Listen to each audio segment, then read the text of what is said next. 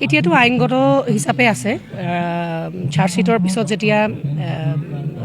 আমাৰ দ্বাৰস্থ হৈছে গতিকে আমি ধৈৰ্য সহকাৰে আমি অপেক্ষা কৰিবই লাগিব এতিয়া কি আহে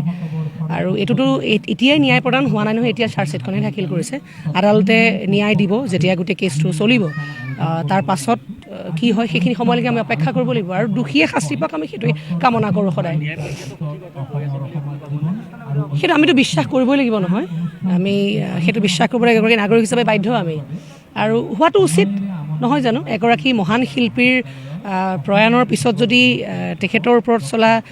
তেখেতৰ দোষীসমূহৰ ওপৰত চলা বিচাৰটো যদি সঠিক ৰূপে নচলে তেতিয়াহ'লে এইখন সমাজত কি থাকিলে আৰু জুবিন গাৰ্গৰ নিচিনা এগৰাকী ব্যক্তি এগৰাকী শিল্পী সত্তাই আমাৰ মাজৰ পৰা এনেকৈ হেৰাই যোৱাটো ডাঙৰ আমাৰ কাৰণে ডাঙৰ কথা আচলতে গতিকে পৰিৱেশ পৰিস্থিতি কি হৈছে সমাজখনত সেইবোৰ বহুত চিন্তাৰ বিষয় হৈ যায় আমাৰ কাৰণে বিশেষকৈ আমিও যিহেতু এনেকুৱা সৃষ্টিশীল কামৰ লগতে জড়িত হৈ আছোঁ গতিকে দুবাৰ চিন্তা কৰিবলৈ বাধ্য হওঁ আমি আচলতে সমাজখন কোন দিশে গৈ আছে এতিয়া